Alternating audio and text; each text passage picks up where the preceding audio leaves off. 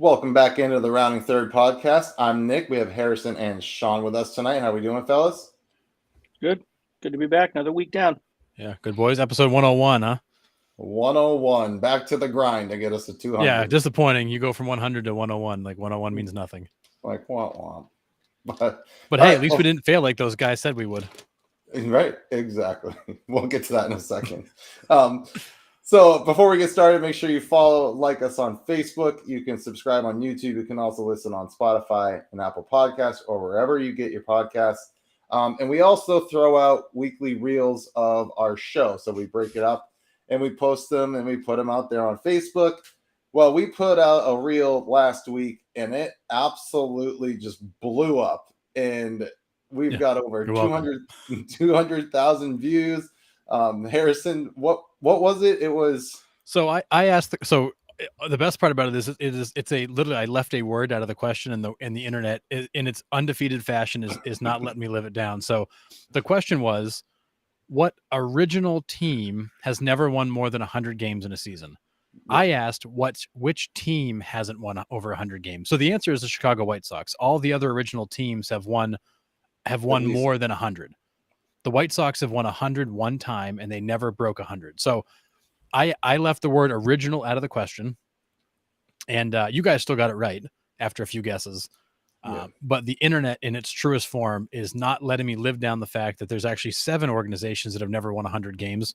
Only one of them is an original organization, and I didn't ask the question right. But it's been awesome. We've got 200,000 plus views, like 400 something likes. 150 comments, it's blown up. And so from there, we've got 80 new followers to the page. Hopefully people that actually are coming to listen to baseball and not just ridicule us. But it was wild. It was wild to watch it. We were just like, holy cow, how far is this going to go? And it just keeps going. Yeah, it's pretty amazing. So yes, I screwed up, and the internet in all its glory was not going to let me not going to let that one slip through. Yeah. Also, don't get your hopes up that it's not to ridicule you. Because that's what the internet does. Yeah, fair. I mean, that's why they're all here. That's why they're here. It's great. But all I can say is for those people that are coming to ridicule, that's great. Because I'm doing it. You're not. You're welcome to watch from the cheap seats. No such thing as bad publicity, right? Exactly. Right.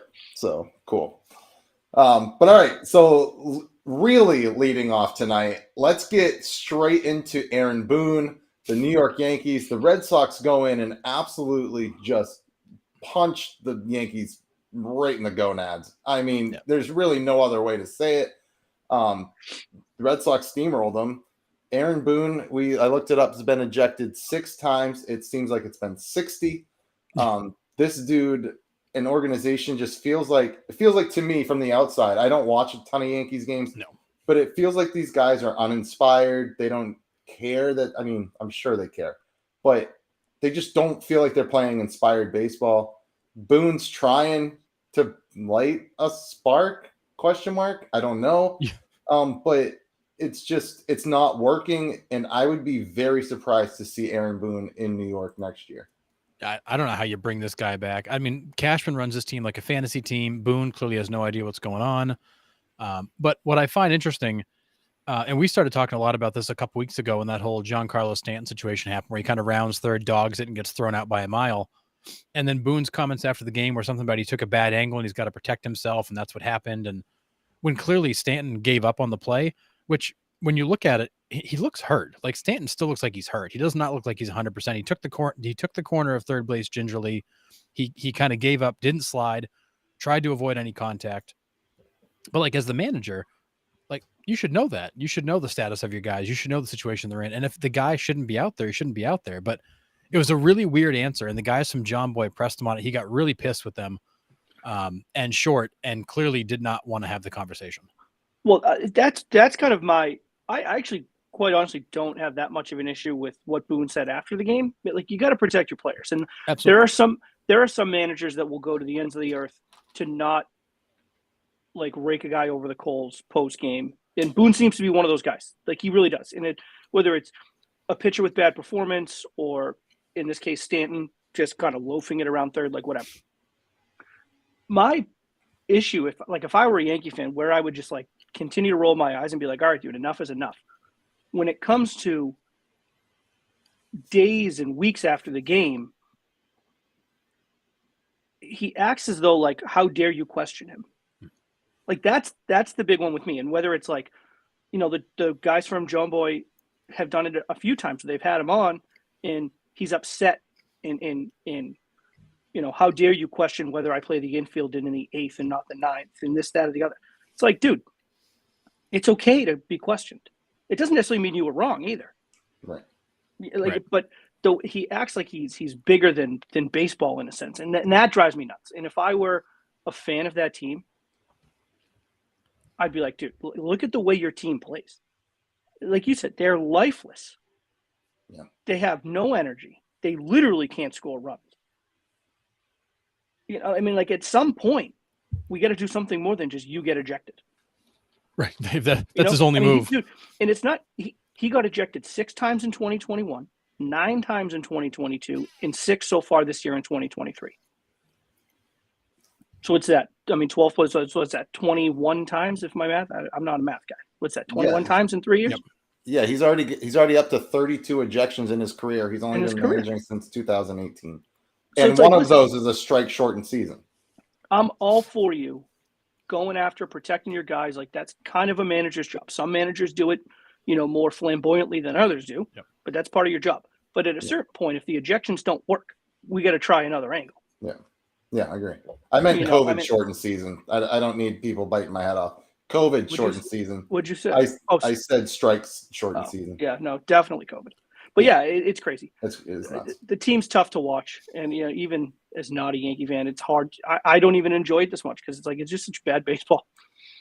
Yeah, it's hideous. They're lifeless. They're disinterested.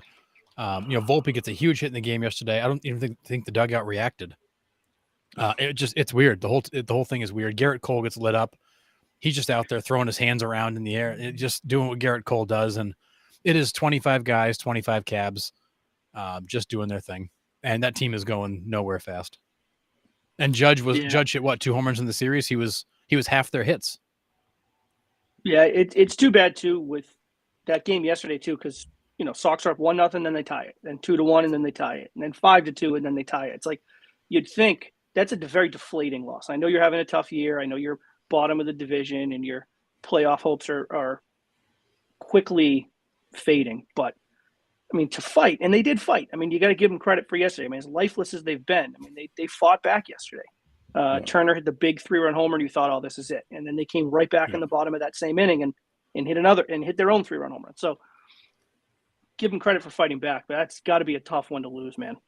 Tough one to lose. How about Justin Turner fouling another one back off John Sterling's face? Pretty much, he's done it twice this year.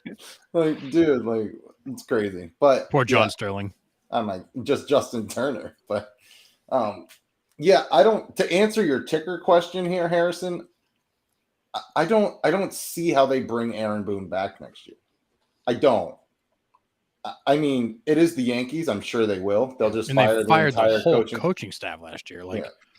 And he was the only survivor of it. I mean, usually the fish routes from the head. You cut the head off. You don't cut the body off and keep the head. It's weird. It's weird. The Yankees have gone out of their way to protect Cashman and Boone. I don't know if it's because this is like Aaron Boone's reward for the 2003 ALCS, but they're never going to win with him. And they're never going to win if Cashman continues to try to run this thing like a fantasy team. They need to go and actually bring in some legitimate ball players that have some depth and some skills, not these guys that are 6'5" bombers that can't stay on the field, and you can't win this game based solely on 3-run home runs. No, not anymore. But yeah. All right, let's switch gears and let's talk about this AL West playoff race. So the Seattle Mariners go into Texas and sweep them. They went into Houston. Sorry. They went into Houston and swept the Houston Astros. In that game, those 3 teams are within, what is it, a game and a half of each other? 3 games of each other. 3 games. Yeah. I mean, Seattle's 3 games behind Houston. Which is crazy. Because behind Texas. I'm sorry, Texas. Yeah. We were sitting here 2 weeks ago being like, are the Mariners dead? Like, where is this team? Like, they were not playing great baseball. No, Julio was ice cold and struggling. The pitching was bad. They were just dropping in the standings. And I know I made the comment of I'm not sure it happened to them, but they've quickly become irrelevant, and then they turned it right back around. Yeah. I think ultimately the experience of the Houston Astros is going to come through. Yep. But I'm pulling for the Rangers hard. I'm pulling for the Mariners hard because I just want the Astros reign to be done and over with. Tired of them. Yeah, As far as winning the is division, I mean, Houston's likely Right. still making a wild card spot. Oh, for sure. Oh yeah, absolutely. Yeah. But as far as the reign of winning the division, Yeah.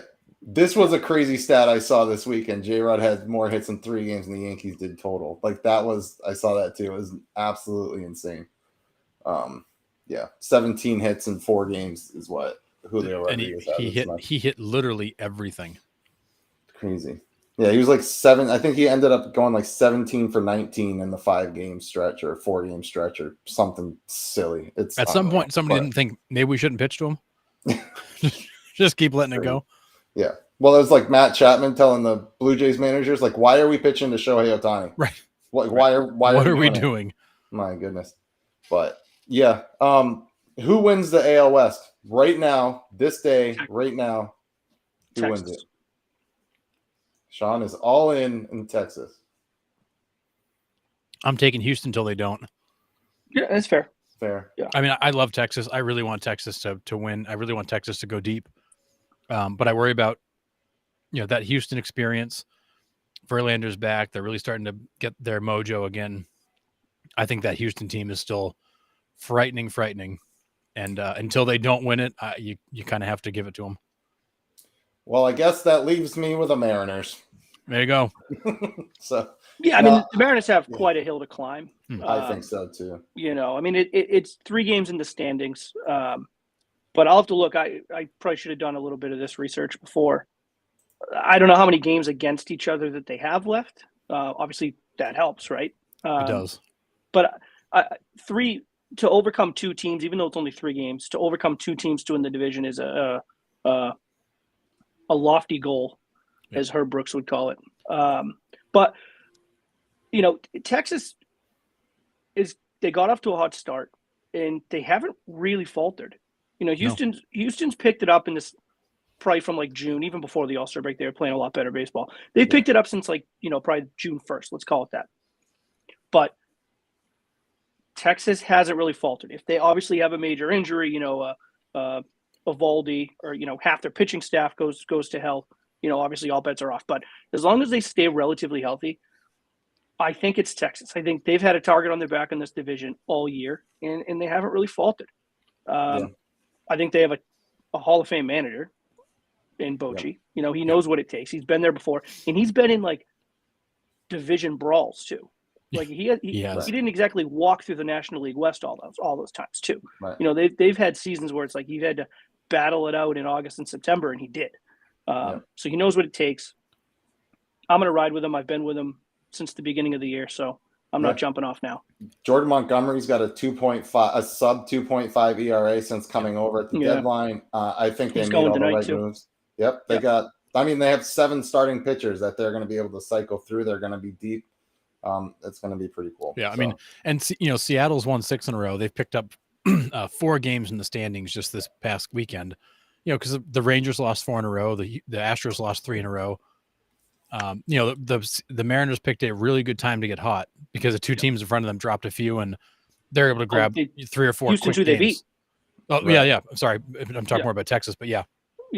It helps when you go in and beat the one in front of you, but to have Texas also struggle and make that quick 3 or 4 game leap over those 2, it helps. But 3 games with what are we looking at? 6 weeks left in the season. That's a lot. Yeah. All right, staying in the AL West, kind of not, but we're going to talk about Shohei Ohtani in this Matt Olson home run race right now. They're both sitting at 43 last time I checked.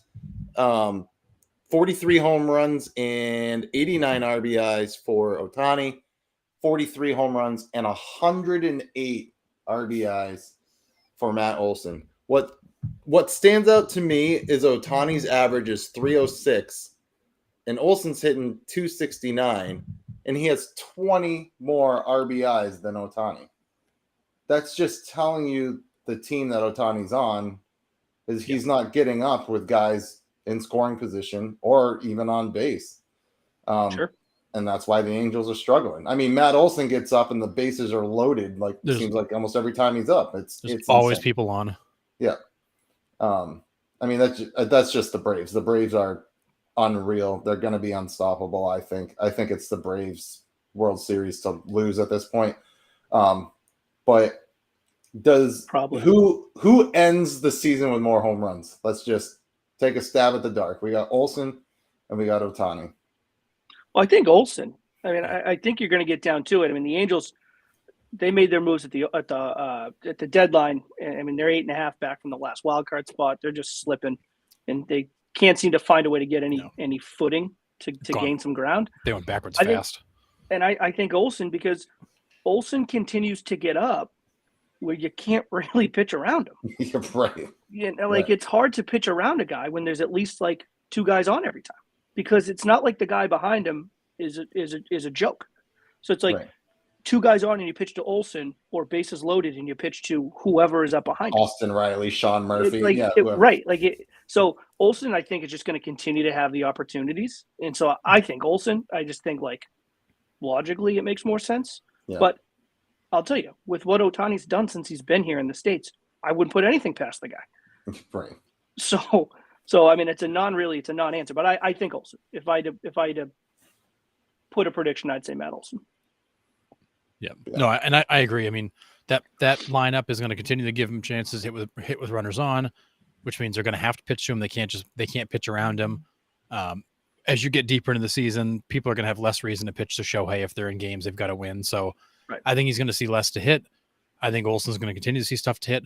What's really fascinating about these two guys is, although there's a big discrepancy in average, it's only a difference of 15 hits over the season. But when you look at Ohtani's got 140 hits, Olson's got 125. Ohtani's got 21 doubles, Olson's got 21 doubles. 43 and 43, 89 RBIs and 108. Shohei's got 77 walks, Olson's got 81. Shohei's got 133 Ks, Olson's got 136. These guys are very, very close to each other in terms of all the other categories. But ultimately, I agree that Olson's going to get more opportunities down the stretch. And I just don't see Ohtani being able to beat him, because why on earth are you going to pitch to him going forward? If you're in close games, then you need to win him late. Right. Yeah, I mean, the Braves are on pace to shatter the single season home run team home run record for the single season. Yeah. Like it's they mash. I don't even think it's gonna be. That's crazy. You can't pitch around anybody. So I think you're right. I think Olson gets the opportunities. He's gonna hit them out. Everyone's just gonna pitch around Ohtani, and that's that. So. Yeah, I mean, Austin Riley is sitting right behind him with 29. Acuna's in front of him with 28. Albies is in front of him with 28. I mean, you're going to have literally 1 through 4 in that order are all going to hit 30 plus. Yeah, and just to follow that up, just to hammer it home, for the rest of the season, the rest of August and then September, the Angels are playing teams that are in it when it comes to the playoff run. I mean, they got the Mets are not really in it. You got the Phillies to end August. And then in September, you've got Oakland, who's not in it, but you got Baltimore, who's, fighting it with Tampa to win the division. You got Seattle again. You got Tampa, who's fighting it with Baltimore. You got the Twins. You got the Rangers again. So, I mean, that's your September. So you're facing a lot of teams that need to win games and continue to win games. So, I think, Harrison, hard to argue, right? I mean, you're facing teams that have to win. Why would you pitch to this guy? Yeah, it's insane. Yeah, absolutely. All right. We will move on to the 5th inning here, where Harrison kind of was like, hey, let's go over our most disappointing players this year by position. So Harrison's going to throw out the list here. I have a couple other names to add as we go on. I'm sure Sean will interject as well. But this is our overview on who we thought the most disappointing players are at each position this year. Yeah, so we attempted to do this in like a starting lineup fashion. So let's kick it off. So behind the plate on our most disappointing team is Wilson Contreras, catcher for the Cardinals. There's absolutely nothing that's gone right since he got there. Pitchers don't like to throw to him. He's been defensively all over the place. At one point, they took him out of the catcher role for a couple of days and put him back. He's been okay, but they signed this guy to a 5-year deal to come in and be Yadier Molina's replacement, and he has been anything but Yadier Molina's replacement. Yeah. I was kind of torn because you had Jose Trevino from the Yankees last year, like really tore it up, made an all-star appearance. He's nowhere to be found. Yeah. And also Alejandro Kirk has also had a subpar season for me. He's hitting right now. He is hitting 246 after hitting almost 300 last year. So a little down for me there, but I think overall, I think you're right. I think Contreras and that whole Cardinals team has been a disappointment. Yeah, I would probably lean towards Kirk a little bit more. I mean, you just, look at the kind of deeper analytics, I guess. I mean, Contreras, if you look at the Baseball Savant page, right? I mean, this is offensively now. He's 85 percentile in exit velocity, 99 percentile in max exit velocity, 77 in hard hit percentage, 85 percentile in expected batting average, 73rd in barrel percentage. Like, the numbers might not be there, but you almost look at the guy and just like, it might be just a season of bad luck, where everything for the Cardinals has been a season of bad luck. Like, nothing has gone well for really anybody on that team. And baseball is a game of momentum. Sometimes you just get in those ruts, man, where even when you hit the ball hard, you're just not getting to it. Maybe there's some of that going on. I certainly don't think he's been great. I'm not going to argue he's been my favorite catcher or the best catcher. Let's say that. But I think Kirk too, with what he did last year and where the Blue Jays were expected to be this year, he was supposed to be a big part of that. Yeah. He was supposed to be kind of one of the big reasons why Toronto was going to challenge whomever for the American League East, and they just haven't really been able to get it going. Yep. And so I would lean a little more towards Kirk, but I think both of them are solid picks. Yeah. My original gut instinct was Kirk because offensively he's been so bad, and then I shifted to Contreras when you looked at the pitching staff. So that the Cardinals returned almost the entire same starting staffs they had last year, and they were all wretched this year. And a lot of them, there was a lot of complaints about throwing to him. And so I looked at him, I think his shortfall has been more on the defensive side, like getting to know the pitching staff and working with them. I think Kirk has been a huge disappointment, although he seems to be coming to life a little bit now. But they were relying on him heavily. But Contreras, it just feels like, he was trying to fill big shoes with Yadier Molina, and that's a tough spot to be in. But it's been bad from minute one. Yeah, I agree. All right, moving on. First base, I put old man Jose Abreu. I don't think it's even close. I can't think of anybody else. So yeah, I mean, you could say Goldschmidt just because the team, and he's a leader and he's the, he went back and we go all the way back to February, March, right? I mean, he chose to go to the WBC because, he wants to be part of that team and he wants to, be that leader and nothing's really worked out for the Cardinals. He individually probably hasn't been all that bad. But yeah, I do think Abreu's the guy though. Abreu's the guy that you look at and go, yeah. I mean, the reaction we all had when he signed in Houston, we were just like, here we go, the rich get richer.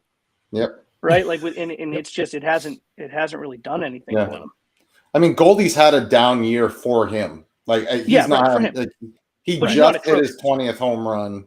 But it's not atrocious. No, it's not. But it's Jose Abreu. So, okay. Yeah, I mean, it's tough watching Abreu play. I mean, we'll give the guy credit. He's been out there pretty much every day.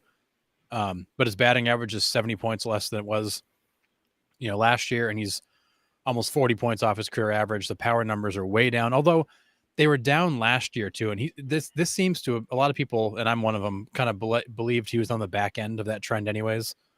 I think you're starting to see what happens when you get a guy, 36 years old that has played a while. Yeah.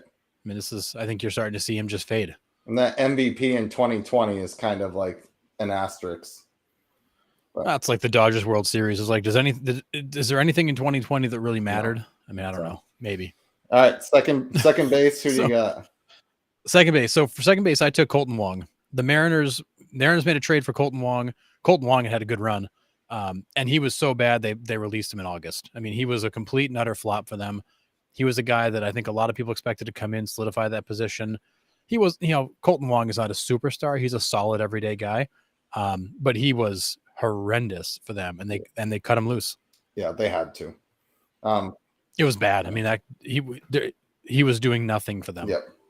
I don't necessarily think this guy classifies as second base anymore, as much as he's been playing the outfield. But Jeff McNeil, for me, has had a very down year, considering he was the batting champ last year, and can't hit his way out of a wet paper bag now. So, kind of down for me. But I would agree with you, Colton Wong, definitely. I mean, you got released. You can't really get worse than that. So, yeah. After they went out of their way to trade for you, thinking you'd solidify that position for him. So, brutal. Tough one. All right. Shortstop. I mean, there's probably a few guys you could put here, but I took the obvious one in Trey Turner.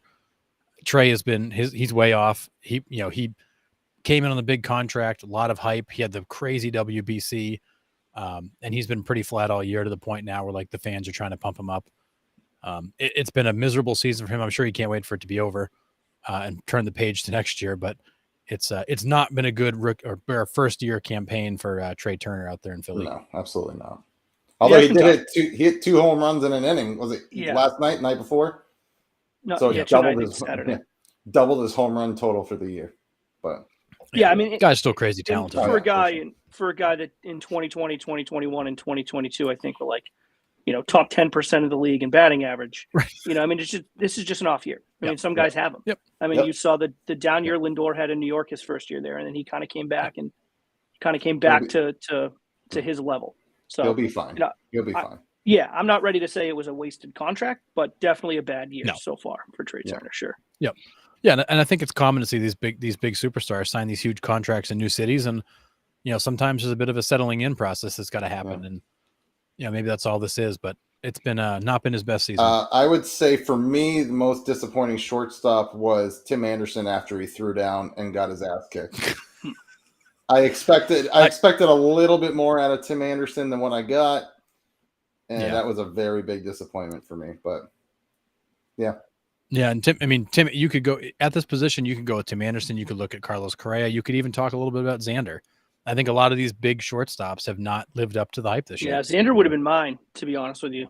And I know that offensively, particularly the power numbers that we're seeing from Xander this year are kind of what we saw with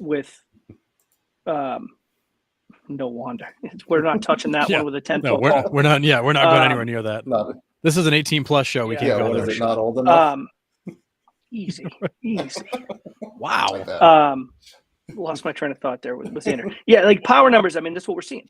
This is kind of what he's doing in San Diego is kind of what we saw at the end of his tenure with Boston. I thought it would pick up a little bit. I thought it would rejuvenate a little bit, but it didn't.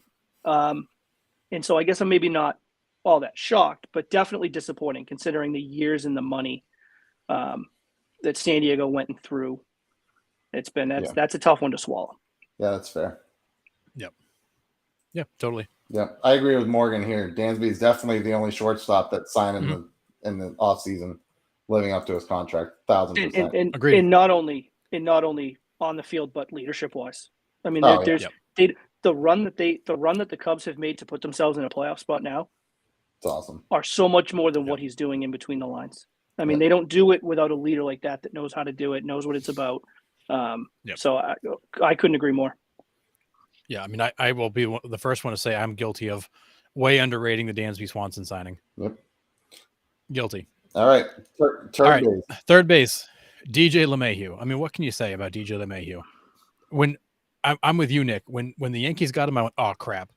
There's the solid top of the order bat they need that's going to be consistent and hit 300 plus and drive in a bunch of runs and keep the line moving.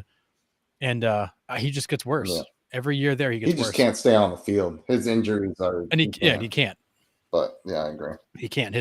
When he's on the field, he continues to get worse. He's off the field more often. That is this Yankees team. these guys seem to go to New York and performance declines, health issues pop up. There is something seriously wrong in New York. Agree. Just real quick, this is All kind right. of live going. You guys think that?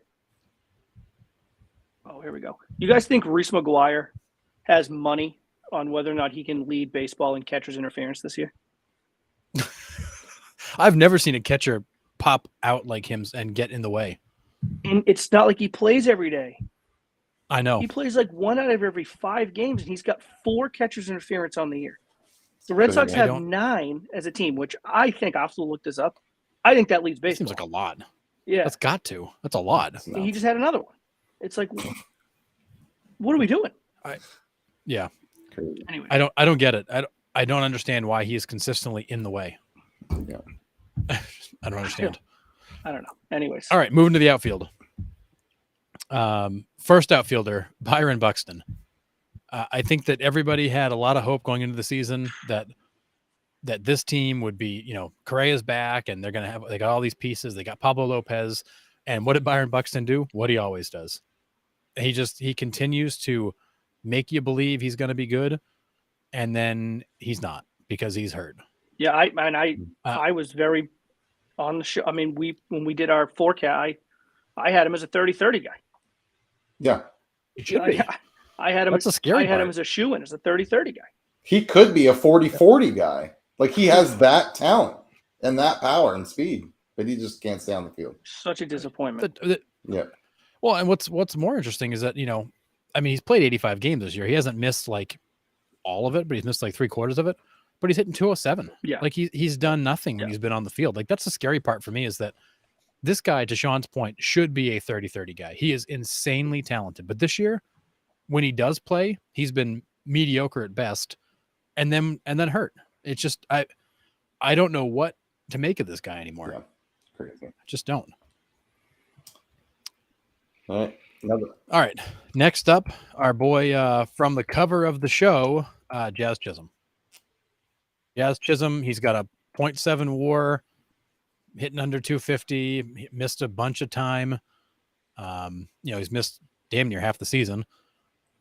And everybody, he was the next big thing in Miami. He was going to help them get over the hump. And, we saw it was all about position changes and his attitude and his swagger, and the guy hasn't been there, so it hasn't mattered. And when he has been there, he's been mediocre. Yep.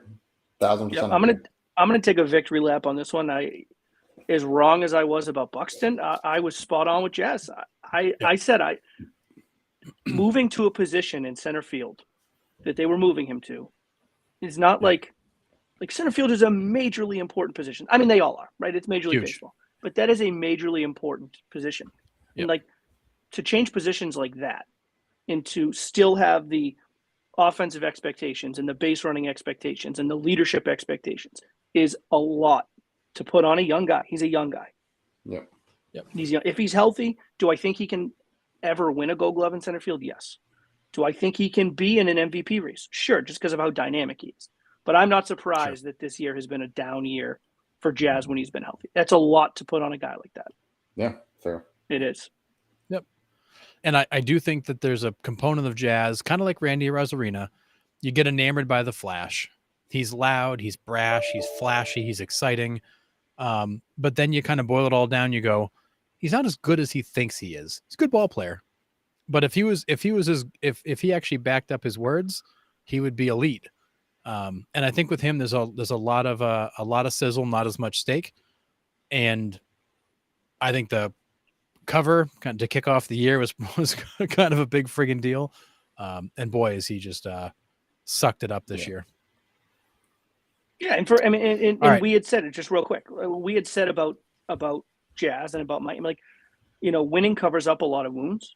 And they're 3 games over 500. So they're playing 500 baseball. But it's easy to kind of deal with a lot of that stuff on the periphery when you're winning ball games and when you're competing for divisions and when you're winning series after series after series. But it's like when you're going through those 6, 7, 8 game losing streaks and your Cy Young pitcher is atrocious, right? Like Sandy Alcantara has been awful this year. Bad. And it's we'll get to him in a minute. Yeah. Like, the guy that's supposed to, be the ace that brings you there is going out and just getting pumped in the first or second inning, and you're doing these Euro steps around third when you just hit a solo home run to make it 7-1. It's like that doesn't that's at a certain point. It's like we got to stop that. Yeah. This is actually a fair point by Morgan. Yeah, hey, that's a fair point, Morgan. Yeah. But this is the first time I've actually been disappointed in a Marlins player in a long time. But all right, who else you got? Actually, two of them. Just hold on. And to round out the outfield, we got Starling Marte. Yep. I mean, guy was an all-star last year. He's been pretty wretched this year. He's missed about a third of the season. and he's another guy, high expectations, a big piece of that team. And kind of the way the Mets have gone, another guy that's had an off season, and has not been very effective, and contributes to the fact that organization just chucked a hand grenade at what they were doing and changed course of direction. Yep. But guy's got talent, just can't stay out there. When he's out there, he's not right. Yeah, absolutely. All right, in the DH position, there are quite a few candidates for this, but I went with Nelson Cruz. When I know that when I saw him go to San Diego, I'm like, oh my goodness, they're going to put him in like the 5 or 6 hole. He's going to wreak havoc. That'll be a sneaky good signing. And he was out of work about a little over a month ago. So that did not work out as well as expected. He did not look good. The bat has slowed. Yeah. I mean, granted, the guy is 43 years old, right? So, it's not a fair comparison, but I think the expectations for him going in there were pretty high, and his season was just awful. Yeah. Agree. But again, you could name any Padre and find an awful season. Yeah. Yeah. Yeah. I think he was one of those sneaky guys I think we thought would have a good season, and it didn't materialize. No. So, all right, let's go to the starting rotation. So starter number 1 is Alek Manoah. It speaks for itself. I say nothing to say there. The dude's been sent down twice now. He's horrendous. I don't know what happened. I'm not sure if it's a conditioning issue, if he can't adjust, if it's a mechanical thing, but he's been awful. He's been one of the worst. He's been served the biggest slice of humble pie. That guy has. And the boy likes to eat, so it's probably a big slice of pie. Yeah, Bad year. For sure. In the number 2 spot, we got our good friend Chris Sale. Everybody thought this was the year he comes back. Wrong. Yeah. Wrong. Can't stay on the field. Yep. Next, we go to Dylan Cease, who I think we all had thoughts he might be an outside candidate for Cy Young. And, 4+ ERA. Really, I mean, I watched him pitch over the weekend. Great stuff. Mediocre location. I mean, he was missing stuff over the middle. A lot of balls hit hard. He gets away with it because he's got good stuff sometimes, but he's given up some really hard hit balls this year, and he's not looked like himself. And that whole White Sox team. Right. Luis Severino, the Yankees had high expectations for him in that rotation. He's been awful. Awful. And then to round out the starting rotation, you got Sandy Alcantara. I can't think of a time a Cy Young winner has come back with such a terrible season to back up a Cy Young win. I mean, he's 4-10 with a 4.6 or 4.7 something astronomical. Awful. And the Marlins aren't even doing that bad. Like that. No, that's the scary part. Crazy part. Imagine if he was pitching like he was last year. They're not hanging on by a thread. They're legitimately in that race. But that's a really, really wretched season to back up a Cy Young win for him. And then to go to the bullpen, for me, it's Emmanuel Clase. He's got 9 blown saves on the year, I want to say. That Indians team, that back end of that bullpen has been really, really shaky for the Indians. Guardians. A lot of it is Clase. What's Guardians. that? Oh, sorry, Guardians. I want to call them the Indians till I Same die. thing. But he's been really shaky. That team is a lot better off if he's saving ball games. Yeah, and I agree. Morgan just put in the chat, how much longer before we start putting DeGrom in the same category as Sale? I agree fully. Oh, DeGrom's been there. It's Yeah, but if we do it with because Sale's been there, and that's what Sale's been doing for the last 3 years, right? Like it's you expect more when he's healthy. He's still the guy, and he just can't stay healthy. DeGrom, I mean that's DeGrom. I'm not even like it happens so much with DeGrom. Well, I guess that's what Morgan's saying. It's like I'm not disappointed by it. So Right. like I guess don't that's what he's saying is like Right. Sale is Right. also in that category. He's like, oh well, yeah, you just expect him to be out, so I can't be disappointed. Correct. About it. Gotcha. Yeah, DeGrom I expect to make 15 starts a year, and that's a good year for him. Sale, I mean, the difference is DeGrom has consistently had these arm issues. Sale was like a bicycle accident, a line drive off the finger, like it was more freakish injuries that you thought he'd get through. And then what we're learning is the guy's apparently made of glass because he just gets hurt. Yeah. That's been DeGrom's MO for years. I just expect DeGrom to miss time because that's who he is. Yeah. Like, so I'm not disappointed he's getting Tommy John. I didn't think he'd be around for half the season anyways. Fair, I guess. But it's a fair point. We've just kind of accepted the fact that DeGrom misses a bunch of time, and yet we're still wondering why Sale does. Well, Right. We thought Sale was freak injuries. Come to find out, it ain't. We do have. I did put this out as a question of the week, so we'll cover that now. Who people thought was their most disappointing player? Nick Fanning said Juan Soto or J-Rod for me, and then sends me a comment today. Be like, I might have posted that just about 4 games too early. That didn't age well. And then Doug said, but I did say when I sent the list to these guys, I'm like, J-Rod was on my list until Saturday, and then I took him off. Yeah, because you can't put him on after you go 17 for 17. No, holy cow, crazy. Doug said Wander Franco. Just kidding. But seriously, and then he just puts the Padres. ... Xander, Soto, Machado, great answer. Grisham, Cronenworth. Just the whole team has been a giant letdown, and it really has. That whole Padres team is just absolutely atrocious. But and what are the chances that both the Mets and the Padres, who went big in the offseason, both imploded? Is there something about putting players of that caliber together or having expectations that are that high that causes this? Like, how do both these teams implode at the same time? Yeah, I don't know. I don't know. It might be just one of those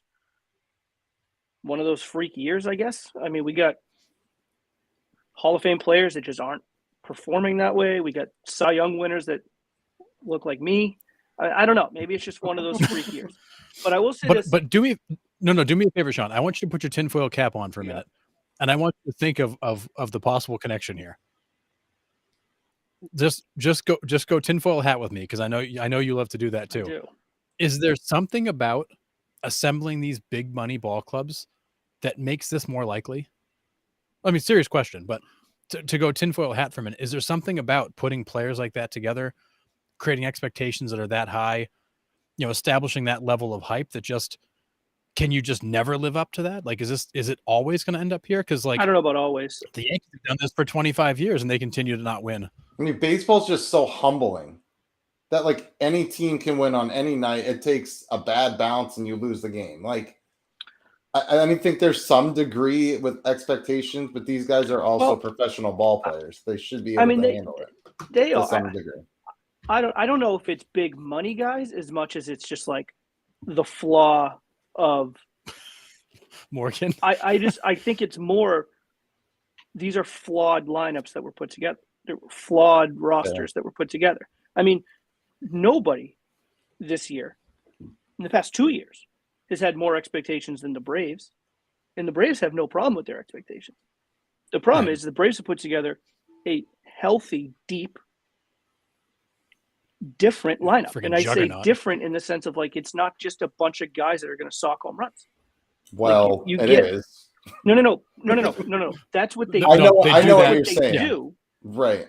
That's what they do. But they do that too, not only Right. that. That's not their Right. That's not their calling card. Their calling card is just really goddamn good baseball players. I don't know. I mean, we even said it when we talked about Nelson Cruz being such a disappointment. Why would Nelson Cruz be a disappointment? The guy's a billion years old. Like eventually, right? But we even look at it through the lens of like, look at all the RBIs. Look at the career numbers of RBIs for guys like Machado and Soto and Xander and Nelson Cruz. But we're not talking about how these are all the same kinds of players. Xander, not really. I mean, Xander's not going to hit you 40 home runs. I mean, he's not, but it's flawed because when his power numbers are down, if the average isn't at like 320, like what is he giving you offensively? Yeah. 265 doesn't cut it. Yeah, and the pitching's been terrible. And the pitching has been god awful. So without even getting into the pitching for those two teams. But yeah, I mean they're putting together good, deep rosters in Atlanta. They're not doing it in the other two cities. Yeah, absolutely. Yeah, and Morgan, you're right. Pitching still wins No games. question. I agree, and I feel like my theory on this, and I said it about Brian Cashman. The Yankees keep building a fantasy team. They go out and get big names, big, exciting, sexy home run stats, but they can't win. The Padres went out and did the same thing. They got all these guys together, big, sexy headliner names. Can't do it. Mets did the same thing. All these big headliner names. They can't do it. And then the Braves, to your point, Sean, have very quietly, Alex Anthopoulos has very quietly built this organization in a way where, yeah, you got Acuna is going to hit 30 plus home runs. He's also going to hit over 300 and steal 60 plus bags. Like, you're getting super well-rounded, deep baseball players. That Braves lineup, I would put against any lineup I've ever seen in terms of their ability and their depth. Oh, they do everything. They run everything. They hit and run. They situational hitting. I mean, it's not all just let's get up there and crack the ball over the fence. I mean, they do a lot of that, but it's a lot of guys going first and third, gap to gap. They steal bases. I mean, Acuna. I mean, it's just guys gonna have 100 stolen bases at the end of the year. I mean, it's unbelievable. Freak. So, yeah, I guess all the way back to the question. I don't think expectations alone. Like, I don't think it's too much on expectations. I just think the expectations are high because we look at these flawed lineups. I mean, I think the Mets, I mean, even Morgan, Braves also have a strong manager, which I totally agree. Yep. I'm not so sure the Padres and Mets have bad managers. No, like, I mean, they're older. I consider them they're older upper guys. end. I mean, they're older school guys, and the Braves do have a strong younger, if you want to call it that, not younger in age, but younger. Like, he hasn't been a manager for 30 years, right? Like, he's right. So, I mean, there is the difference there, but I don't even think the manager is that big of a thing. Maybe he is. What the hell do I know? But I think the expectations are tough, and I think when both of these teams started off slow, and they haven't been able to find their footing and go on these runs that it's like, oh, these guys are back. The Braves have, and they've done it for the past couple of years, which is just incredible. Yep. The difference is Ron Washington. That's the difference. Anyways, I like Ron all right. Washington. A legend. Absolutely. All right. We're going to move on to some trivia. I have a handful of trivia questions tonight. And we're going to start off with this one. There has been 102 splash hits in McCovey Cove. How many have been hit by right-handed batters? 0.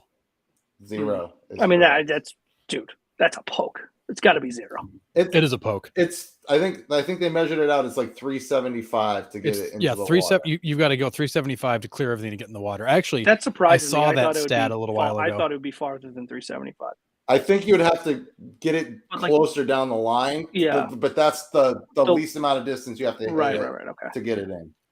So obviously towards right center, you're going to have to hit an oppo bomb about 450. You got to go 400 feet oppo to get into the water, which, I mean, guys do, but for some reason they've just never done it there. Yeah, it's crazy. I thought it was just kind of a cool stat. It is a cool stat. Yeah. When I first heard it, I'm like, that can't be right. No. We should make a reel about that, Nick. Maybe it's wrong. It probably is. Oh, well, you didn't count switch hitters into effect. Yeah, well, they hit it left-handed, idiots. All right, Here we go. Who is the only pitcher to lead both the AL and NL in shutouts in the same year? Wait, what? So he pitched for both the AL and the NL? Pitched for both the AL and NL in the same year and led in shutouts that same year. Holy hell. Is this like in the 1920s or? Nope. We have seen this guy pitch. Is he active? All right. No. Wow. No. I could give you the 3 teams, but it'd probably give it away. Morgan, I can't get over Morgan's question. 5 more seconds. What was Morgan's question? He said, who's tied for the league with 14 wins and wasn't in the rounding third top 100? I know the answer to that one. All right, so American League. Okay. Oh, was it Randy Johnson? No. Okay, that's a good guess, though. It is. That's my first thought, but I'm like, I don't know that it was him. 2008. 2008. I don't know. You're gonna have to give 2008. some hints here. Cleveland, New York, Milwaukee are the teams CC. he played for. CC Sabathia. Oh yeah. That did give it He away. was Yeah, that's a tied good one for- though. He was tied for 2 with 7 other pitchers in the AL, and then had 3 in the NL, and was tied with his teammate. Who was his teammate? Who also had 3 shutouts and dealt during that In time. Milwaukee, Right-handed pitcher. Greinke. You have these on your bed. Ben Sheets. Ben Sheets. Yep. Ben Sheets. Also had 3. Yep. All right. Who is the only Miami/Florida Marlin to win a batting title? Was it Renneria? Nope. Oh no, it was the guy that did the second baseman there that threatened. No, not the guy that. Who was the guy that threatened? Luis Castillo? Yeah, it wasn't him.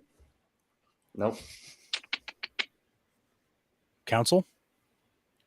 Nope. Miggy. Nope. Played for LA, Miami. Sheffield? Not Dan Ugla, Doug. Good guess. Ugla Not was going to be my Sheffield. next one. Played for LA, Miami, and Boston. Lowell. No. Good one though. I don't know. Oh God. Originally a Red Sox, dealt to the Marlins, and then ended up coming back. Hanley. Hanley Ramirez, 342. Oh yeah, he wore the friggin' necklace all those years. Yeah, 342 won the batting title. Wow. I should have known. 342. That's Yep. That's a year. Yeah, he had the necklace he wore all those years. 342. Yeah. All right. Who are the 4 Angel players to hit 40 or more home runs in a single season? Trout. Ohtani. Trout, Ohtani, Garrett Anderson. Troy Gloss. Troy Gloss, not Garrett Anderson. Jim Evans. Nope. Mo Vaughn. Nope. Great. It was guess. so bad out in Anaheim. David Eckstein. No, I'm just kidding. Probably. David Eckstein He was close. in his He had career. he had a 3 home run season, I think was the closest he got to 40. You wouldn't really, not Scott Rowland.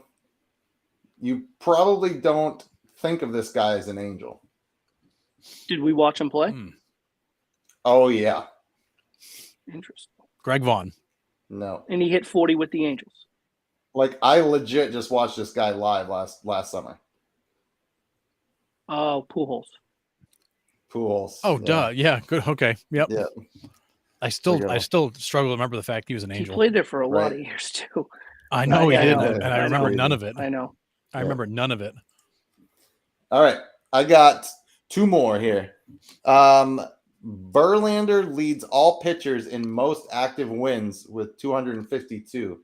Who is second? Isn't it Scherzer? Nope. Wainwright. Nope. Good guess though. Kershaw. Nope.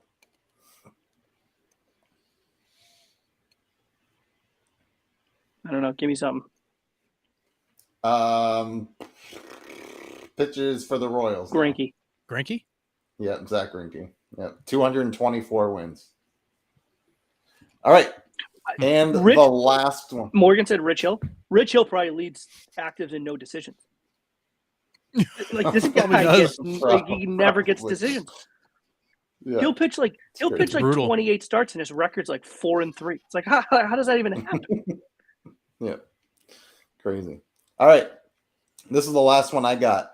Before Gunnar Henderson, which we'll get to in a minute, had 4 extra base hits in one game. Who was the last Oriole to have 4 extra base hits in one game? Did we watch him play? Chris Davis. We definitely watched him play. Chris Davis. No. Nope, not Chris Davis. Tejada? Cal. Nope, not Cal, not Tejada. Javi Lopez. Nope. Against the Red Sox, he might have. Yeah. Well, and he might have, but this guy might have done it Yeah, after. Jones. Adam Jones. Nope, not Cedric Mullins. Good guess, not Tejada. Not Jones. Outfielder. Oh, Markakis. Nope. Good guess. Brady Anderson. You always call the Orioles these Orioles because of the hat. Oh, Melvin Mora. Melvin Morris, yeah, the Melvin Melvin Oh Morris. my Morris, God, I yep. used Me- yeah, loved Melvin Mora. 2 doubles, 2 home runs. So Melvin Mora. Melvin Yeah. Mora. Pretty cool. He probably did against All the right, Red so Sox that's- too. Yeah, Dude, everybody. the Orioles weren't good for a stretch, but man, they beat up on the Red Sox. Sure did. Yeah. Yeah, so we're gonna head home now. And we'll get right into it. Gunnar Henderson has 3 extra base hits, and he laces one down the line, and he goes into second for a double and turns to the dugout, and the whole dugout's like this, being like, dude, why didn't you stop at first for your cycle? And they just gave him a whole bunch of shit for doing it. And he was like, what did he say? He's like, it was a double. Yeah, his comment was it was a first. double. I was digging for 2. I've never Yeah. thought about stopping at first. Yeah, it's crazy. I love Which that. I mean, a lot of respect to the kid because he said, "Look, it's not a single, it's a double. I'm going to get 2. I don't care that we're winning 10-1. This is how we play." Right. Yeah, And that's like even more of a slap in the face. It's like that guy looking for the triple double and misses the layup on purpose. I was and just gonna. grabs it and That's. puts it I was back just in. gonna say. Yep. Yeah, it's almost Yep. padded that way. Yeah, Totally. absolutely. So the Anaheim Angels called up their 11th pick of this year's Yeah, draft. Crazy. And he gets up and gets a base hit in his first game, which is nuts. Like, I'm like, is this a desperation move by the Angels? Is this just the kid deserves it? Is this? I mean, it's not going to hurt anything because if he doesn't do well, you just send him back down. But No, I mean, you use an option early. Yeah. If you send him back down, that's the only thing I kind of have an issue with. I wonder if it's like, I mean, they made moves at the deadline to show Ohtani they were real. That hey, we're trying to win games. We're not just like. I wonder if this is just like another, like, hey, we've lost our footing, right? Like we're skidding, we're sliding, but we're still trying to prove to this guy that we have talent. We have young kids that can come up and help, and when we're healthy, we're good. And I don't know. I mean, it doesn't really hurt. It's kind of a no risk, right? I mean, like you said, if he doesn't play well, he goes back down. It doesn't hurt the team. So I don't know. Right. I mean, kudos to this kid though. I mean, that's impressive. Oh, 1,000%. It's awesome. Yeah, and sometimes bringing that young guy up just gives you a little pop energy. Sure. They come up here, don't know what to expect. They kind of play out of their mind for a few days because there's no expectation, and you just need that little burst of energy. But it is strange because Anaheim actually made some moves, which surprised a lot of us, and then they've gone backwards fast since making them. Yeah. But also on top of that, and like all the young kids that we've been talking about in the game recently, they just keep coming up through the pipeline. So Dylan Cruz is already in AA. He's raking. Jackson Holiday is in AA. The Orioles are talking about bringing him up possibly by the end of the year, which is nuts. They said they wouldn't be surprised if you saw Jackson Holiday in Baltimore this year. Did you see Jackson crazy. Holiday's brother take batting practice? Mm-hmm. Yeah. Oh my God, he might be better than Jackson. Crazy. It's a different sound off the bat, man. Oh These my guys are it's just so different. loud. It's crazy. And then this one is nuts. We talked about Ethan Salas. He was the 16-year-old that was signed out of Dominican by the Padres. He's 17, and he just got called up to AA as well. So he's going to be in the bigs next year as an 18-year-old because Gary need him. Sanchez ain't going to be there next year. The Padres need him. Bring him up. Crazy. These young kids coming up through this pipeline. But I swear to God, every night there's some young guy making a debut. Several of them. Yeah, it's nuts. I don't even know what the rookie number total is because a couple weeks ago it was at 601. It's got to be close to 700, if not more, in just the 2 weeks. It's interesting. It's almost like baseball is adopting, the philosophy that over the past couple of years that you've seen hockey develop, where it's just like, hey, I mean, I don't care if he's young. If the kid can play, the kid can play, right? And like, there's no substitute for this level of experience. And as long as you have confidence that mentally, it's a game. Baseball's a game of failure. We've talked about that. But as long as you can have confidence that mentally that the kids can withstand that and learn from it, I mean, what's the downside? Especially for a team like the Angels. I mean, you're not making the postseason this year. You had a shot. You're going in the opposite direction. And, if we have an added bonus of showing Shohei, like, hey, we have a slight chance to bring them back, then you do it. And if you don't bring him back, you still get valuable experience for this young kid. Like I said, we see it in hockey all the time where it's like, every team has like this young kid that like doesn't even shave yet. Like, what is happening? And if they like make their NHL debut in the playoffs. Right. Yeah. Like McAvoy made it in the playoffs. Right. I mean, that happens all the time. Yeah, this kid's 11. He's got 3 goals in the first round. So it's interesting that, we kind of seeing that with baseball, which I'm all for.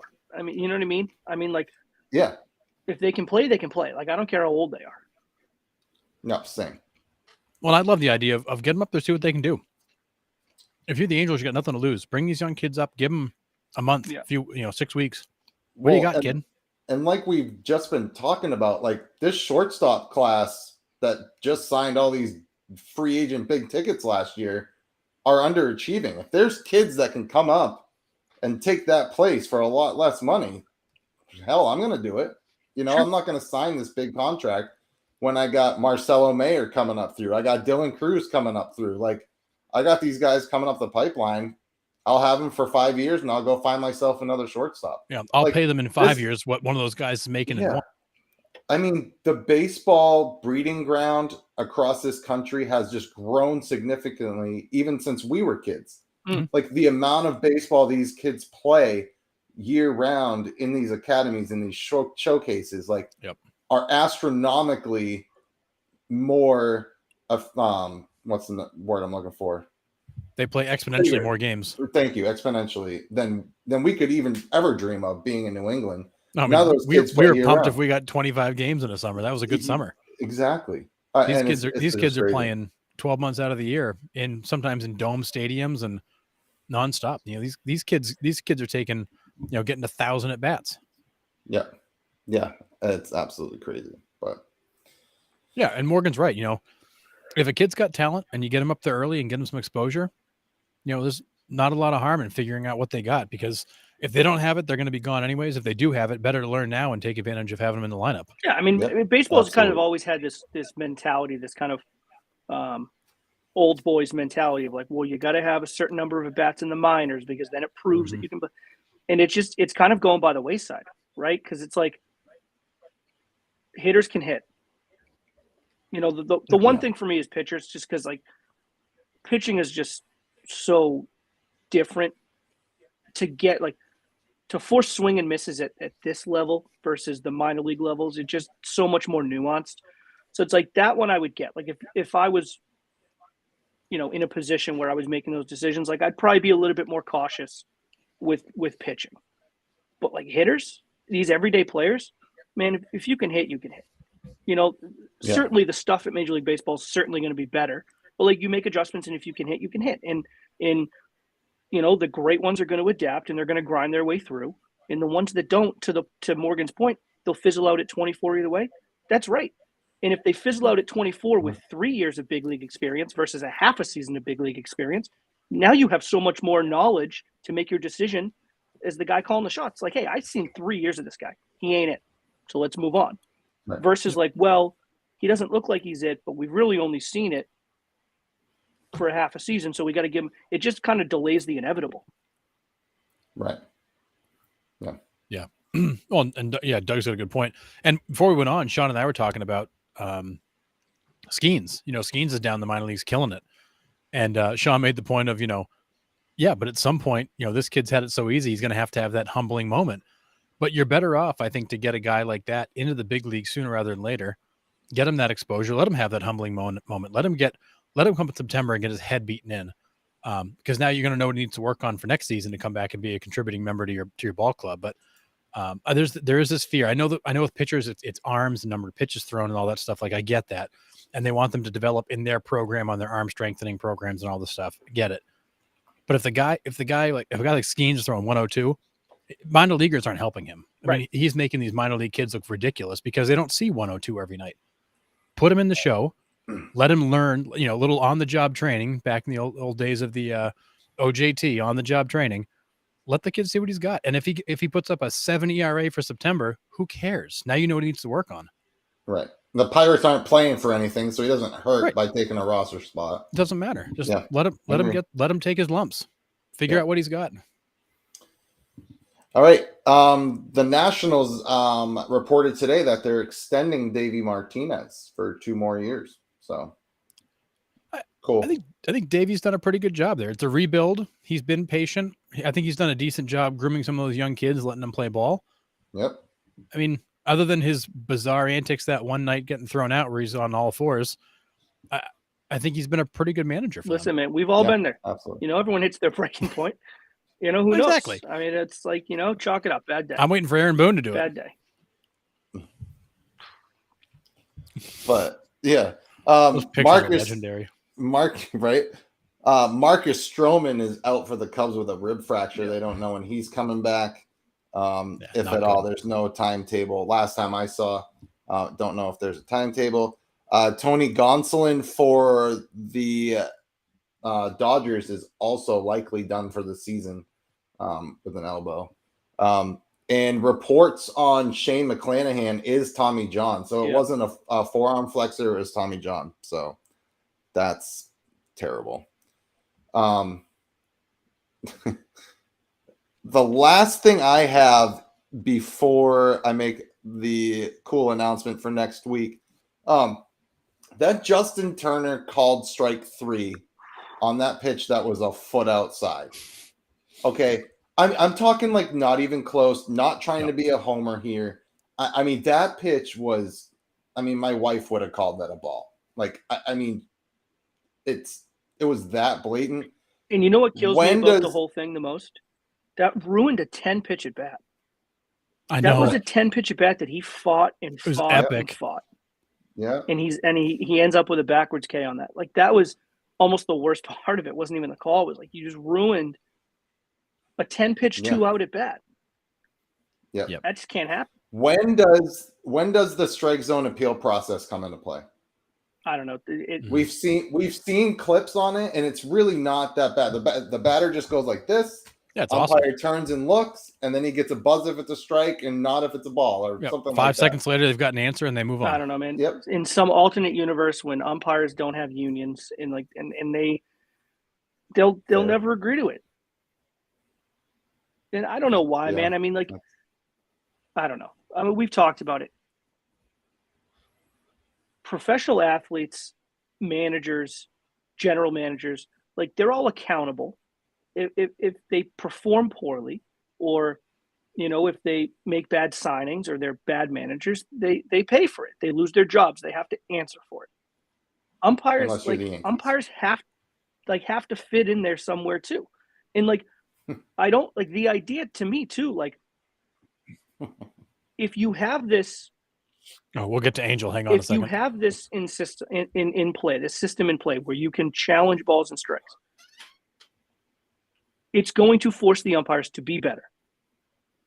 So you will get better umpires. I agree. And over the course of a period of time, the challenges will probably go down, or overturned. Let's say this: overturned challenges are going to go down. You're just going to get better umpires. Angel Hernandez will be gone. Like, you can't have a guy, and I know you can't have an umpire miss 15 calls in a game. You just can't have that. That's outrageous. Yeah, it's really bad.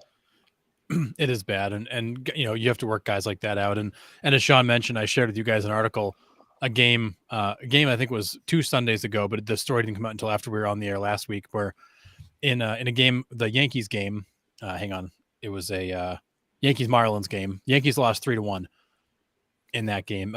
Sandy Alcantara actually pitched pretty well. Granted, the Yankees couldn't hit water if they fell out of a boat right now, so it doesn't matter. Well, did he pitch well, or did Hernandez just miss all the calls for him? Well, to be determined, right? Yeah. So anyways, Hernandez missed 15 calls in the game. He correctly called 89% of the balls and strikes, which is 4% below the minimum expected. And his consistency also came in 89% as well. It was one of the worst ranked games MLB has had with these numbers. When all was said and done, he actually added 0.7 runs to the Yankees total. They still lost because they managed to score 1 run, but it was one of the worst umpired games they've seen. Angel Hernandez again, who also just lost his appeal that he was being picked on because of race. At some point, you have to have a way to say, look, this is the minimum standard. If you don't hit it, you don't stay. Like you cannot continue to put these up. Laz Diaz the other night, Really bad. his strike zone was wretched.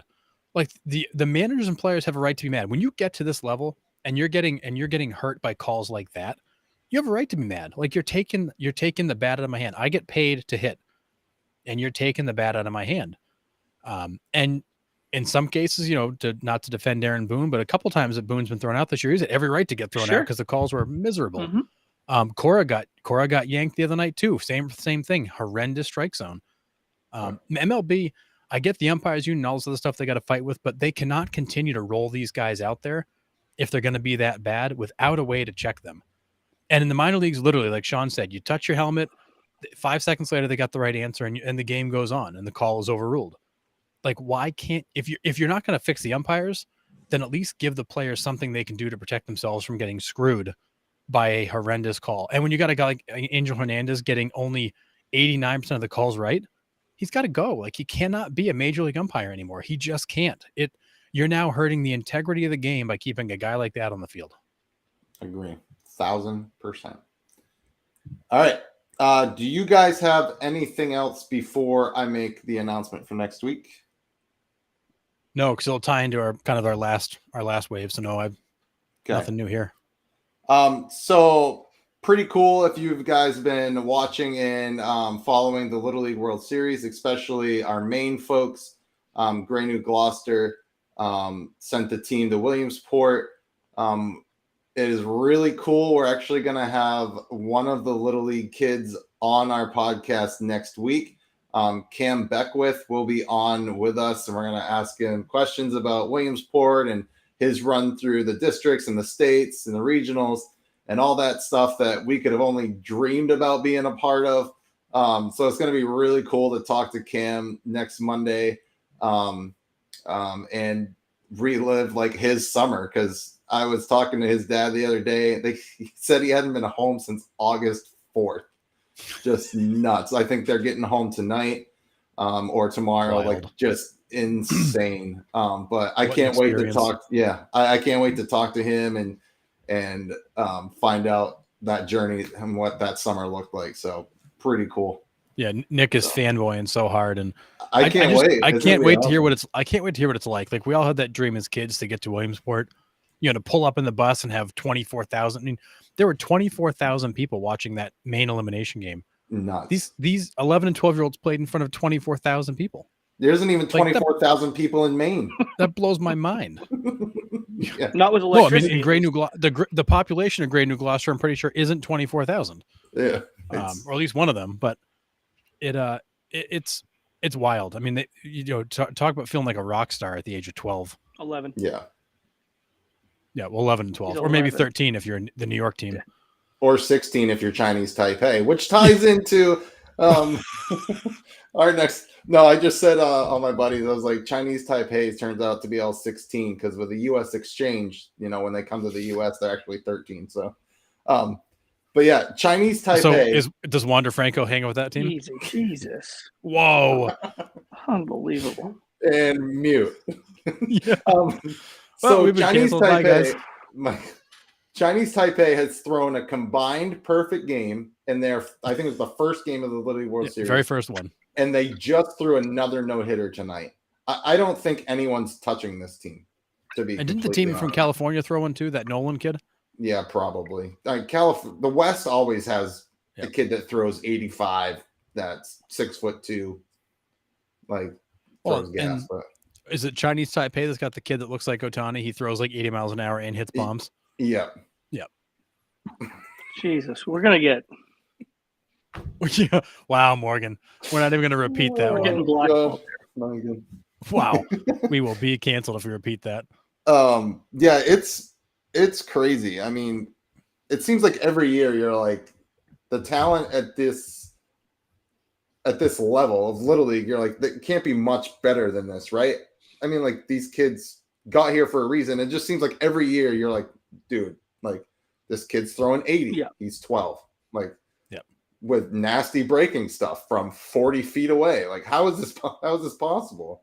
Oh It's yeah, crazy. It's impressive to watch. the talent level of these 11 and 12-year-old kids blows my mind. As the I am 12 birth certificate. Yeah. Oh In god. green crayon. But the level of talent, it amazes me. Like I think back to Little League when I was playing and played some good players, but nothing like that. No. I mean, No. it's insane what some of these kids are doing. You got some of these kids they're hitting home runs up over the scoreboard, up on the hill, like throwing 80 miles an hour. Like it is insane how good these kids are. I never could have hung with them. No. I couldn't hang with them now. I'm 33. No, dude, I'd go up there and go 0 for 4, no doubt. I wouldn't touch any of it. No. Dude, my luck, I'd connect with one and kill the third baseman and then strike out 3 times. Yeah. But It's amazing. Man, it's it so is fun to really watch. nuts. Yeah, absolutely. And although the Maine team, was the first team eliminated, it was still great to see Maine represented, and those kids played their hearts out. I watched as much of it as I could and saw them lose in that second game, and boy did they play tough. But 6 innings, that's a short game. It goes by quick. Well, I'll tell you, I'm not going to hold it against this young man here, but they beat Canton, Massachusetts to get there, and that's where I'm from. That's my hometown. So I was a little bit hurt by that, but that was impressive. So yeah, so good for them, and I'm excited to chat with this kid. Yeah, it'll be a lot of fun. So he's 11, so he's got another year of Little League, I believe, after this. Nice. But we'll know more about it. But yeah, really excited to interview him, ask him all the questions about what Williamsport is all about. I know they went to the Major League game too Sunday night, so I'm sure that was a pretty cool experience because I bet. I think all the kids and all the parents go for free or something like that. I think they all get free admission That's to that awesome. game.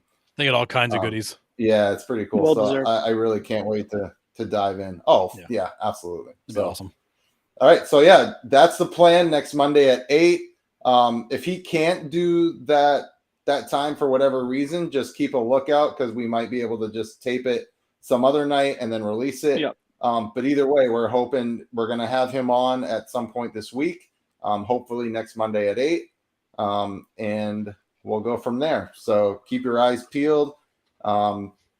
Keep interacting with us. We really enjoy the support.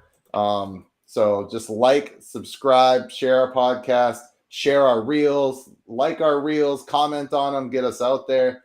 And yeah, again, thanks for chiming in, everyone, tonight. A lot of fun, a lot of good baseball talk.